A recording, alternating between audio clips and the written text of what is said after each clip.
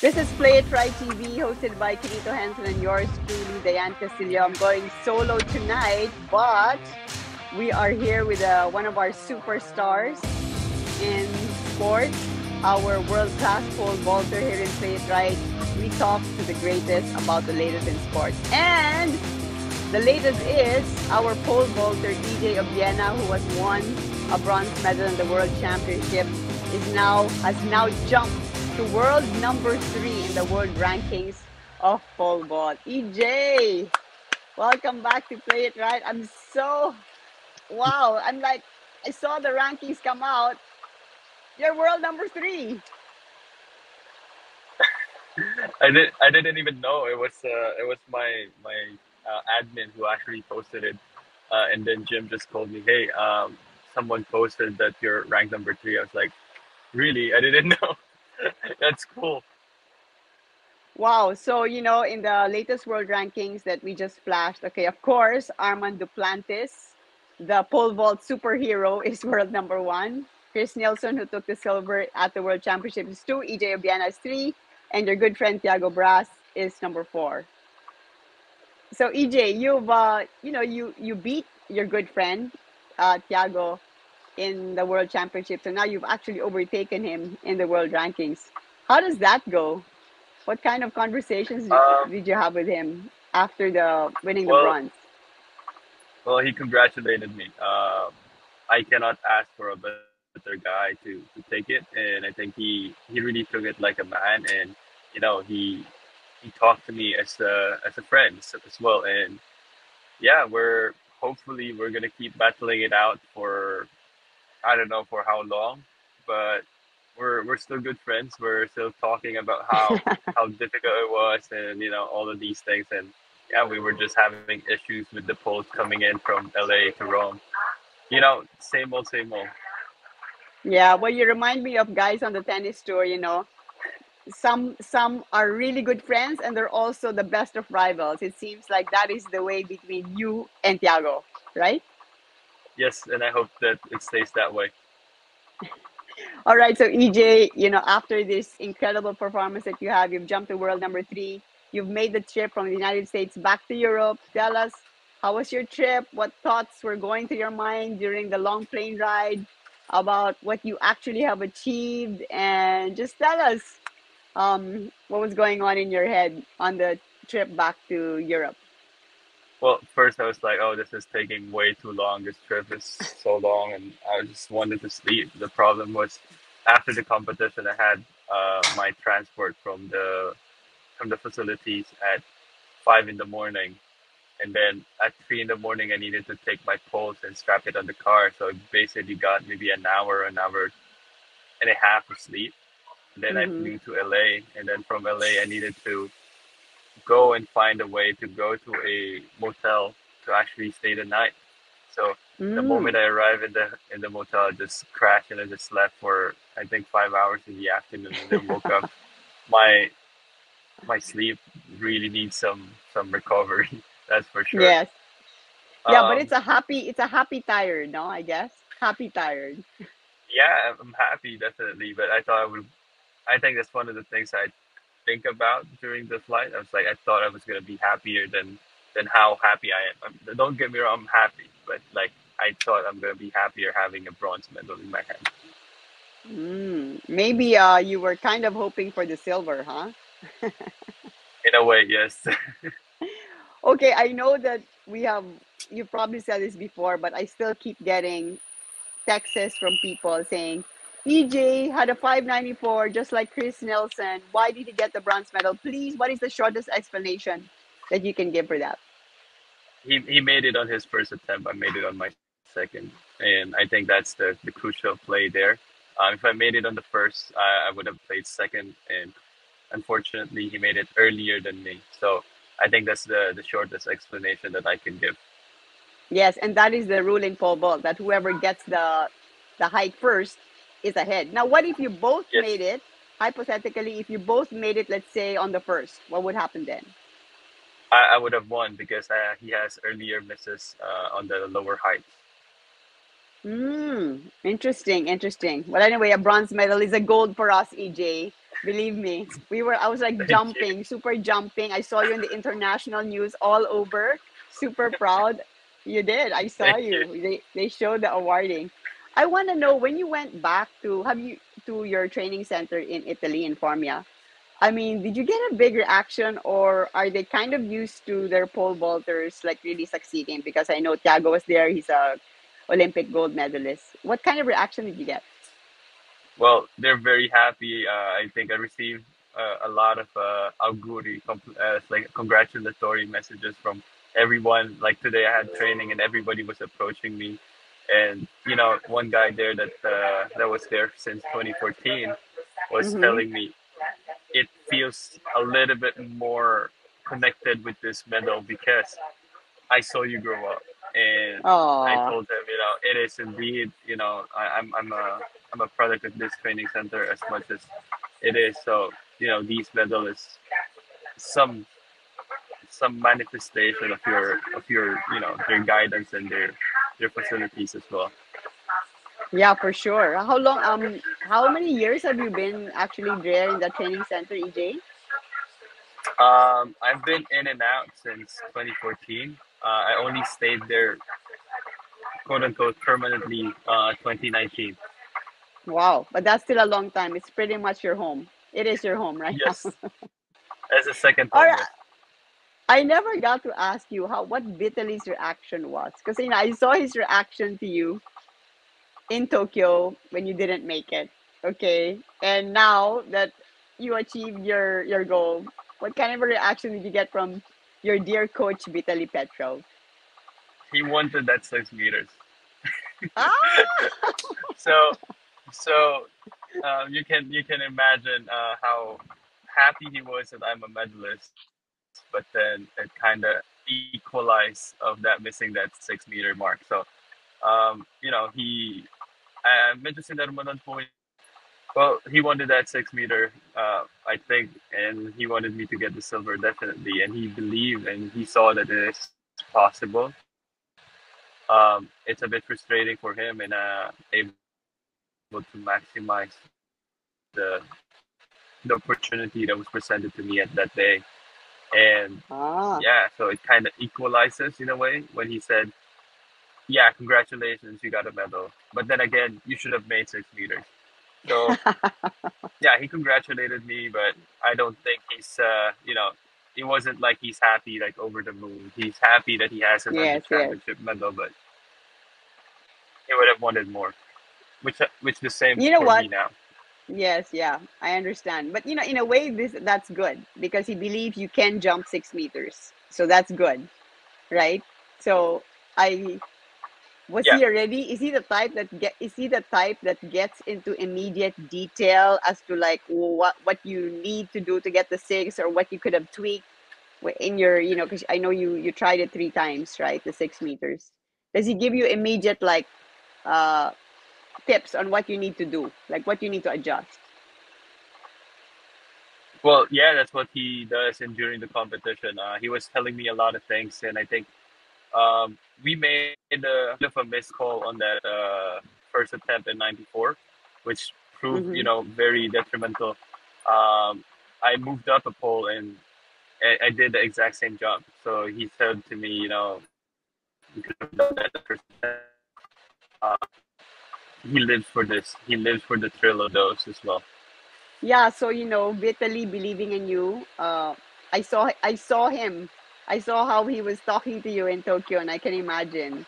And tell him that all the Filipinos, especially Play It Right, we super appreciate him talaga. And I know that you do because he's more than just a coach to you. Yes, Miss Diana, I will let him know for sure. All right, so by virtue of you setting a new Asian record, EJ, the best Asian height ever. Um, you are going to receive 250,000 pesos from the PSC, and your wonderful mentor, Jim, and his wife, Carol, have matched that another 250K pesos. So you have we just heard that you are going to be sending over to our dear Lydia de Vega Mercado 500,000 pesos as your contribution to help with her medical expenses from Team Obiena. And I know that you're praying for him. Tell us, Yes. um, wow, what a wonderful gesture, EJ, that you're doing this. I need to remember the people who paved the path for me to be able to be where I'm at. And if not Lydia, I think there's a lot more. And at this time, as much as I need the funding as well, I think health is a bigger priority, and it's my way of giving back to the things that she has done for me, not just for me, but for the sport Yeah, itself. And I think you cannot say track and field in Philippines without mentioning Lidia de Vega. And for that's sure. my simple way to give back, and hopefully it does provide a bit of help for her to win this fight. Yes, that's so wonderful, really, EJ. Like, I super love that. And I know that her daughter Stephanie also super appreciates it. EJ, tell us where you are right now. You seem to be in transit to somewhere. Yeah, so finally I had a few days that I can train away of Italy. So I'm planning to, well, I'm not planning, I'm going to Berlin to see my girlfriend and spend some time with her and hopefully celebrate a little bit. For sure, yeah. Big congratulations to her too. I know that her support is one of the keys to your success being an athlete, also a track athlete at that. You mentioned the last time that you don't really have much time to rest because you're going to be competing very soon in less than 2 weeks in Poland, if I'm not mistaken, against Duplantis, Nilsson, Brass, Thiago again. You're all going to meet again shortly Yeah, in Poland. Can you tell?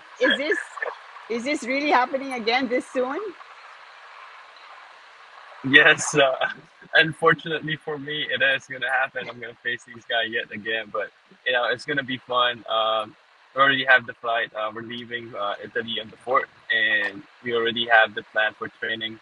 I just have until the weekend to actually have this recovery days where I would say active recovery. Hmm. So yeah, life goes on. Yeah. So when exactly is this competition, EJ, in Poland? It's on the 6th, August 6th. All right. 6th of Wow. August. Yes. I guess that's the way it is, with professional guys on the tour. You just have to keep the adrenaline up, right? Well, if I want to stay at that number 3 mark, I better keep jumping high, right? So Patapa president Terry Capistrano, the new president, was at Eugene. He saw you compete and win, and you did say that you have good relationship with him. Did you get to talk to him about how you could do things better together moving forward? Yes, definitely. I think the first things first is hopefully the reinstatement. Oh, Jesus. The reinstatement. We're planning about that, how it's gonna go, and yeah, a bunch of things that definitely need to be ironed out, and some of